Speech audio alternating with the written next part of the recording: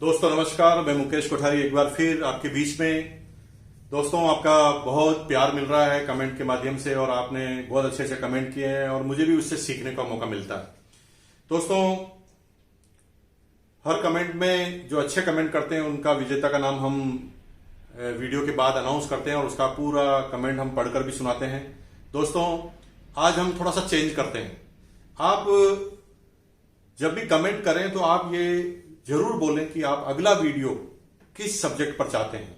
और दोस्तों मैं आपसे वादा करता हूं, अगर आपका सब्जेक्ट मुझे अप्रोप्रिएट लगा और मैंने उस सब्जेक्ट पर वीडियो बनाया तो मैं वीडियो के अंत में ये जरूर बोलूंगा कि इस पर्टिकुलर व्यक्ति से प्रेरणा लेकर मैंने ये वीडियो बनाया। तो निश्चित रूप से आप जिस सब्जेक्ट पर भी मेरे से कोई वीडियो बनवाना चाहते हैं तो प्लीज आप अपने कमेंट कीजिए। धन्यवाद। दोस्तों आज हम जिस सब्जेक्ट को लेकर आए हैं वो सब्जेक्ट है बड़ा ही कॉमन है और बहुत मजा आने वाला है उस सब्जेक्ट के ऊपर आपको, क्योंकि कुछ लोग जो अदर एमएलएम में हैं आरसीएम के लोगों को जाकर कहते हैं कि सर आपका बिजनेस जो है हर महीने जीरो क्यों हो जाता है। हमारी कंपनी देखिए उसमें कभी भी बिजनेस जीरो नहीं होता और इसलिए हमें ज्यादा फायदा होता है। दोस्तों सबसे पहले बिजनेस को समझना पड़ेगा। हम बिजनेस कर रहे हैं, ये कोई स्कीम नहीं है। और बिजनेस में जैसे हर महीने का एक टर्नओवर होता है, अगर किसी पर्टिकुलर महीने का टर्नओवर हम बोलते हैं तो पिछले महीने के टर्नओवर को कभी नहीं जोड़ते, और किसी पर्टिकुलर ईयर का टर्नओवर हम बोलते हैं तो पिछले ईयर के टर्नओवर को हम नहीं जोड़ते। इसी तरह बिजनेस का मतलब ही है कि जो पीरियड है उसके टर्नओवर को हम लें, उस पीरियड के प्रॉफिट को हम लें, तभी वो बिजनेस कहलाएगा, बाकी वो बिजनेस कभी भी नहीं हो सकता। तो प्रश्न ये है कि आरसीएम में हर महीने बिजनेस जीरो क्यों हो जाता है। दोस्तों कई डायरेक्ट सेलिंग के लोग आपको गुमराह करने के लिए ये बात बोलेंगे, तो इसका सही आंसर क्या है इसे हमें समझना पड़ेगा। कभी कोई आदमी ये कहता है आपको कि सर हम एक बार अगर 30% चले गए तो उससे नीचे 30% पर हम वापस कभी भी नहीं आएंगे।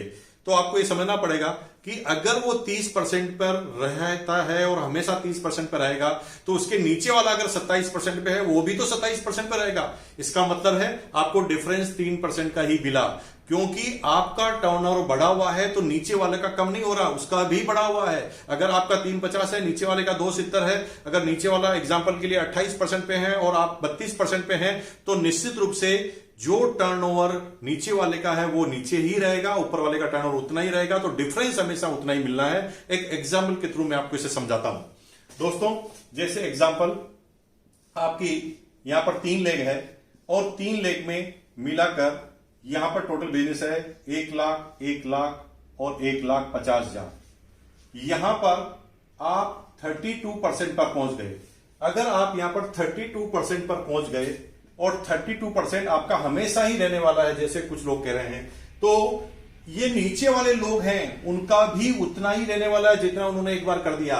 यानी डिफरेंस आपको सिर्फ उतना ही मिलना है जितना डिफरेंस अभी मिल रहा है। ये सिर्फ समझाने की बात है, ये केवल किसी को गुमराह करने के लिए कहा जाता है, लेकिन कभी भी बेनिफिट नहीं होता इसका। लेकिन इस सब्जेक्ट को थोड़ा और आगे बढ़ाते हैं तो आपको क्लियर हो जाएगा। आगे ये बढ़ाते हैं कि अगर ये कम नहीं होता तो किसी को कम मिलेगा, किसी को ज्यादा मिलेगा, लेकिन प्लान को हमें समझना पड़ेगा। अगर हमें 100 रुपए बांटने हैं और अगर इन 100 रुपए को इन 4 लोगों में बांटने हैं तो कुछ भी कर लो, बांटने तो 100 रुपए ही हैं। अगर इसको कम देंगे तो इसका ज्यादा हो जाएगा, इसको ज्यादा देंगे तो इसका कम हो जाएगा, बंटना तो 100 रुपए ही है। इसलिए सिर्फ दिखाने के लिए अलग अलग तरह की बात की जाती है। कैसे कि हमारी कंपनी साहब कभी जीरो नहीं करती, हमारी कंपनी का प्लान 90% का है, हमारी कंपनी कार फंड बनाती है, हमारी कंपनी बाइक फंड बनाती है, हमारी कंपनी हाउस फंड बनाती है। ये सारे फंडे हैं, ये केवल दिखाने के लिए होते हैं और जब हम लालच में रहते हैं तो हम फंस जाते हैं। एक स्टोरी के माध्यम से आपको ये मैं बात बताऊंगा। एक गांव में एक व्यापारी आया। उस गांव के लोग बंदरों से बहुत ज्यादा परेशान थे। उस गांव में बहुत सारे बंदर थे और इस वजह से गांव के सारे लोग पूरे दिन भर बंदरों की बात करते थे कि हमारे घर में बंदर ने ये उत्पात मचा दिया, उसके घर में बंदर ने ये उत्पात मचा दिया। और वो व्यक्ति सर्वे करके आया कि ये लोग बंदर से ही परेशान हैं, तो एक बिजनेस लाकर एक बिजनेस ऑफर उन गांव वालों को इकट्ठा करके उनको बिजनेस ऑफर देता है और कहता है कि सर मैं एक बिजनेस लेकर आया हूं। हमारी कंपनी एमएनसी है, विदेश की कंपनी है और हम अच्छे क्वालिटी के बंदर इकट्ठे कर रहे हैं। अगर आप अच्छे क्वालिटी के बंदर हमें लाके दें तो एक बंदर का हम आपको 5,000 रुपए देंगे। जब ये बात गांव वालों को पता चली तो गांव वालों के सरपंच सब लोगों ने कहा ये बकवास करता है, बंदर तो यहाँ पे इतने सारे हैं, बंदर का भी कोई पैसा मिलता है? बंदर का पैसा कभी भी नहीं मिल सकता दोस्तों। लेकिन थोड़ी थोड़ी बात दिमाग में थी, एक व्यक्ति के दिमाग में आया कि भाई ठीक है, मिलता है या नहीं मिलता, अभी भी कौन सा मिल रहा है, मैं एक बार कोशिश तो करके देखता हूं। वो सब लोग सो गए।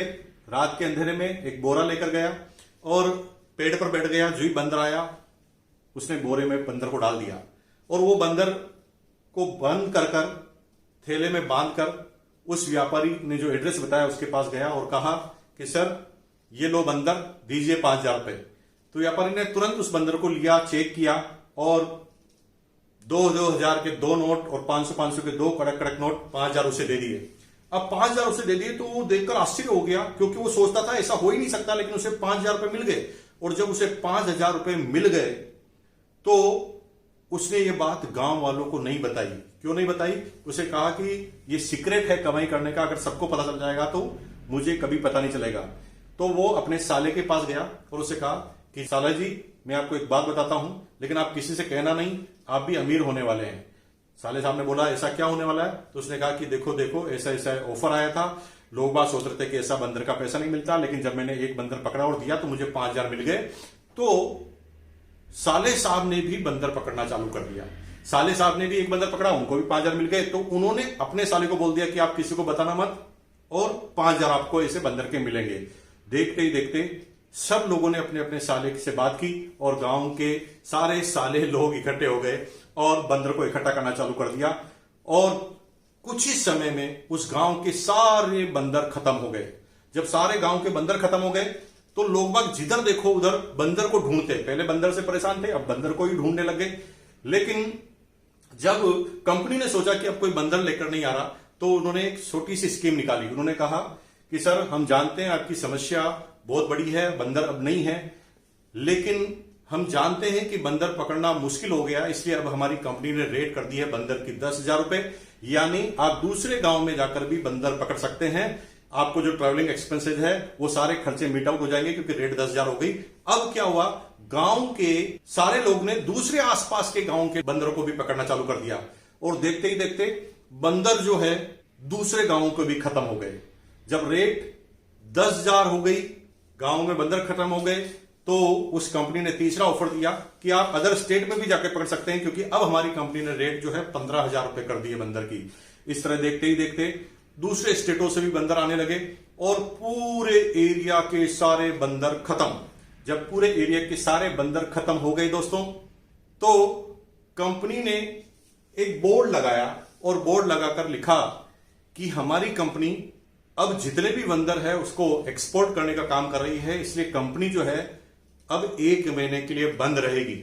लेकिन हमारा कारोबार बंद नहीं हुआ है। हमें पता है बंदरों की बहुत कमी है, आपको मेहनत करनी पड़ेगी, लेकिन हम आपको बता देना चाहते हैं कि अब 1 महीने बाद जब हम खुलेंगे अपने ऑफिस को तो बंदर की रेट होगी 25,000, 25,000 रुपए, और आप तब तक बंदर इकट्ठा करके रखिए, हम 25,000 में बंदर आपसे ले लेंगे। अब सब लोग को पूरा विश्वास था, क्योंकि अब तक पूरा पैसा केस में मिला था। उन्हें पता था कि कंपनी कहीं नहीं जाएगी, कंपनी ने जो बोला है वो रेट हमेशा दी है। तो सब लोग बंदर को इकट्ठा करना चालू किया, लेकिन कहीं उन्हें बंदर नहीं मिला, क्योंकि सारे बंदर तो कंपनी ने बंद कर लिए थे। अब क्या हुआ, कंपनी का ही एक बंदा पब्लिक में गया और किसी एक व्यक्ति से जाके बोला बंदर चाहिए बंदर। तो उसने कहा बंदर है तुम्हारे पास? वो कहा चुप धीरे, बंदर है लेकिन रेट है 20,000 रुपए। तो उसने कैलकुलेशन लगाई कि अगर 20,000 में बंदर खरीद लेता हूं तो सिर्फ 1 महीने बाद ये बंदर 25,000 में बिक जाएगा, यानी सीधा 20% का प्रॉफिट है। तो उसने बंदर खरीदा, लेकिन उसने साली को बता दिया कि साली जी एक बहुत बढ़िया स्कीम आई है, मैंने कुछ बंदर खरीद लिए हैं अपना मकान बेचकर, अगर आप भी श्योर है सर्टेन प्रॉफिट चाहते हो तो आप भी कुछ बंदर का इन्वेस्टमेंट कर दो। तो उनके साले साहब ने भी बंदर खरीद लिए, साले साहब ने उनके साले को बोल दिया, तो उन्होंने भी कुछ बंदर खरीद लिए। और देखते ही देखते जो कंपनी ने जितने भी बंदर इकट्ठे किए थे वो पब्लिक में ही वापस बांट दिए। और दोस्तों वो कंपनी वापस नहीं खुली। तो समझे क्या कि वो कंपनी सारे बंदर 5,000 में लिए, 15,000 में लिए, और वही बंदर उस कंपनी ने सबको 20,000 में वापस बांट दिए। अब तक जितनी भी कंपनियां डायरेक्ट सेलिंग में आ रही है, वो बंदर बाट वाली कंपनी आ रही है, वो सिर्फ दिखाती है, करती कुछ ही है। डायरेक्ट सेलिंग वो है, मैं एक बार फिर कहूंगा, डायरेक्ट सेलिंग सिर्फ वो है जो बिजनेस एथिक्स पे चले, जहां पर हर महीने बिजनेस का टर्नओवर हो, हर महीने उसका कमीशन बटे, जो जिस परसेंटेज में है उतना बेनिफिट उसे मिले, और साथ साथ में बिजनेस कैलकुलेशन से, बिजनेस माइंड से वो कंपनियां काम करे। अगर हम बिजनेसमैन की तरह से इस बिजनेस को करते हैं, तभी जाकर हम बहुत ज्यादा सक्सेसफुल होने वाले हैं। बंदरवाट कंपनियों से हमें सावधान रहना है, हमें एथिक्स पर काम करना है, लगातार हम काम करते रहेंगे। बहुत बहुत धन्यवाद आपने कि आपने पूरा वीडियो को देखा। कमेंट करना बिल्कुल मत भूलिए, और पिछले वीडियो में जिन्होंने बेस्ट कमेंट किया, जिसका नाम अभी आपके सामने हम ले रहे हैं। सर, जय आरसीएम। आपके प्रत्येक वीडियो में बहुत कुछ सीखने को मिलता है। आपसे अनुरोध करता हूं कि कुछ ऐसे वीडियो बनाने की कृपा करें जिसमें लीडर बनने एवं डुप्लीकेट करने की पढ़ाई हो, अर्थात कंपनी की तरफ से सेमिनार और लीडरशिप की ट्रेनिंग हो, जिससे यही काम लीडर डुप्लीकेट करे, जिससे ज़मीनी स्तर पर लीडर बने। आपका आनंद भक्त हूँ। यदि कोई गलती हो तो क्षमा करें। मक्खन लाल रेकवार, झांसी, यूपी।